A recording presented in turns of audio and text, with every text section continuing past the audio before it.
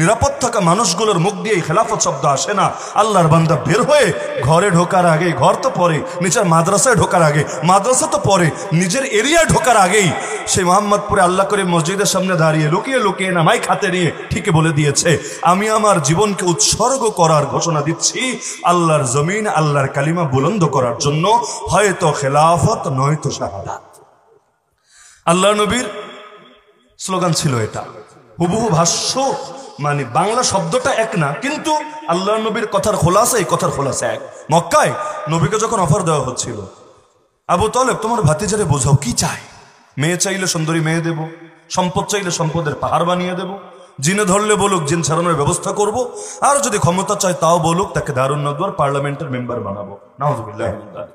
আল্লাহ নবী স্পষ্ট বললেন, ফাওয়াল্লাহি, আল্লাহর কসম করে বলছি, লাউ ওয়াদাউ আশ-শামসা ফি ইয়ামিনি ওয়াল কামারা ফি ইয়াসারি আলা আন আতরুকা হাযাল আমরা মা তারাকতুহু হাত্তা ইউযহিরাহু আল্লাহ ওয়া আহলিকা দুনাহু। আল্লাহর কসম করে বলছি, আমার ডান হাতে যদি আকাশে সূর্য এনে দেয়, বাম হাতে যদি আকাশে চাঁদটাও এনে রাখে, তবুও তো আমি আমার আদর্শ ছাড়ব না, যতদিন না আল্লাহ তার জমিনে হয়তো ইসলামকে করবেন জিন্দা, অথবা ইসলামের জন্য আমি হব মুর্দা। হয়তো ইসলাম হবে জিন্দা, না হলে আমি হব মুর্দা। এ দুটোর কোনোটা হওয়ার আগে আমার মিশন কিছুতেই থামবে না। তো হয়তো ইসলাম হবে জিন্দা, না হলে আমি হব মুর্দা। এটাই তো, হয়তো শরিয়াত নয়তো শাহাদাত, হয়তো খেলাফত নয়তো শাহাদাত। বাক্য ভিন্ন কিন্তু উদ্দেশ্য এক, মিশন এক, ভিশন এক। এটাই তো হওয়া দরকার প্রতিটা মুমিনের কথা। ইন্না সালাতি ওয়া নুসুকি ওয়া মাহইয়ায়া ওয়া মামাতি লিল্লাহি রাব্বিল আলামিন। আমার নামাজ আল্লাহর জন্য, আমার কুরবানি আল্লাহর জন্য, আমার জীবন আল্লাহর জন্য, আমার মরণ আল্লাহর জন্য, আমার ইবাদত বন্দেগী আল্লাহর জন্য, আমার জেল খাটা আল্লাহর জন্য। সব যদি আল্লাহর জন্যই হয়, আল্লাহর দুশ্মনের সামনে সুর নরম হবে কোন দুঃখে? হ্যাঁ, মুসিবত তো আসবেই। বদরে জয়ী হয়েছে মুসলমান, উহুদে ক্ষতিগ্রস্ত হয়েছে বাহ্যিক বিবেচনায়। বদরে 70 জন কাফের মেরেছে, উহুদে নিজেদের 70 জন সাথীকে হারিয়েছে। তাতে কি তাই বলে সুর কি নরম হয়েছে? তাই বলে বাতিলের সামনে মাথাকে নত করেছে? মুসিবত তো আসবে, কখনো এগিয়ে যাবেন, কখনো পিছিয়ে যাবেন, কখনো ব্যাকফুটে চলে যাবেন, কখনো একেবারে সবার সামনে সম্মুখ সারিতে থাকবেন। এটাই দুনিয়ার বাস্তবতা। কারণ রব দুইভাবেই পরীক্ষা নেবেন, কখনো শুকরিয়ার পরীক্ষা, কখনো সবরের পরীক্ষা, কখনো দিয়ে পরীক্ষা, কখনো না দিয়ে পরীক্ষা।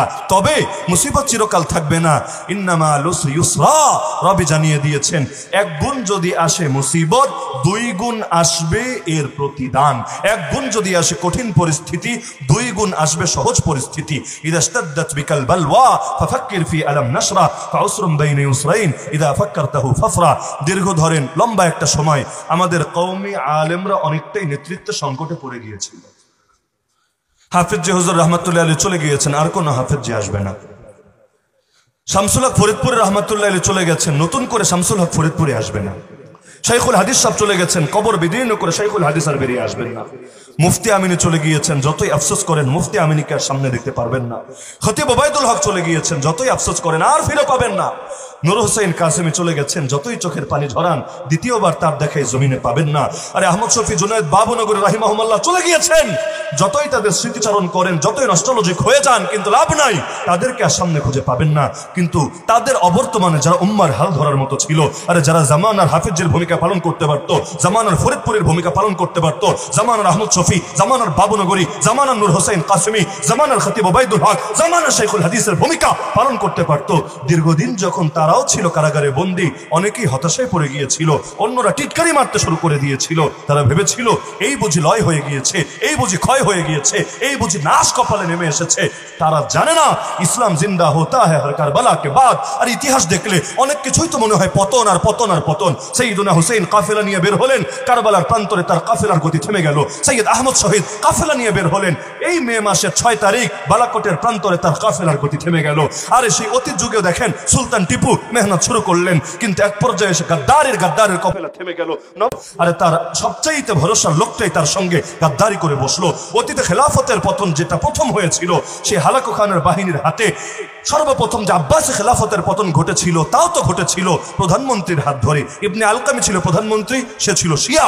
এই ওজির আজম গাদ্দারি করে খলিফাকে পর্যন্ত এমন ভাবে শিক্ষা দিল যে খলিফাকে হালাকু খানের বাহিনী বস্তার মধ্যে পেঁচিয়ে লাথি মারতে মারতে জানে মেরে ফেললো। ইসলামের বহুবারই এমন পরিস্থিতি হয়েছে, এমনকি তাতারিরা যখন কয়েক কোটি মুসলমানকে মেরে ফেলেছে, দুনিয়া এতটাই ভয়ঙ্কর হালত ধারণ করেছিল, মানুষ ভাবছিল আল ইসলাম লা মুস্তাকবাল আলা, ইসলামের আর কোনো ভবিষ্যৎ নাই, এরাই বুঝি আজুজ মাজুজ, এখনই বুঝি কিয়ামত হবে। মানুষ বড় ভয় পেয়েছে, অনেক আশা ছেড়ে দিয়েছে। তাতে কি, তারপর 800 বছর প্রায় চলে গেছে, আজও ইসলাম থামে নাই। আরে কারোর জন্য ইসলাম থেমে যায় না, কারোর জন্য ইসলাম দমে যায় না।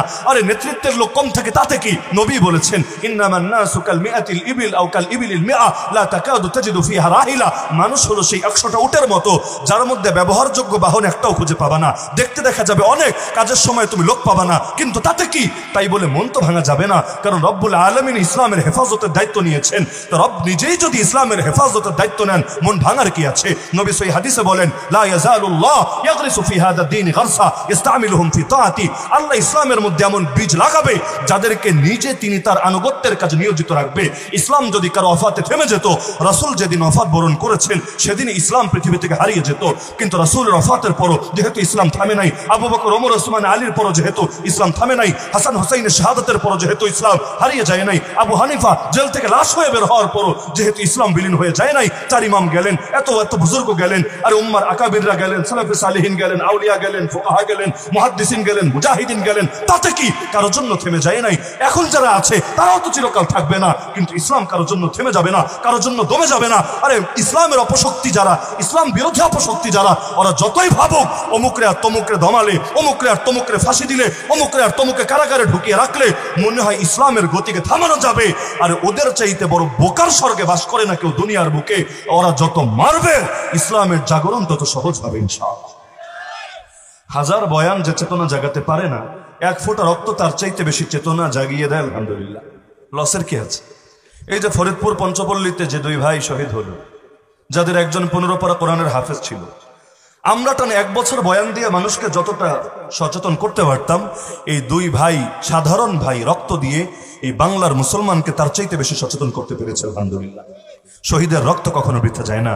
যে জমিনে শহীদের রক্ত ঝরে, সেই জমিন একদিন না একদিন ইসলামের ফুল ফোটেই ফোটে।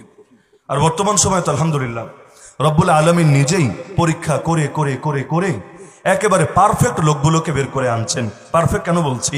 কারণ আপনারা তো দেখতে পান বিভিন্ন সময়ে, বিভিন্ন বছরে অনেকেই ঝরে যায় মাঝপথে।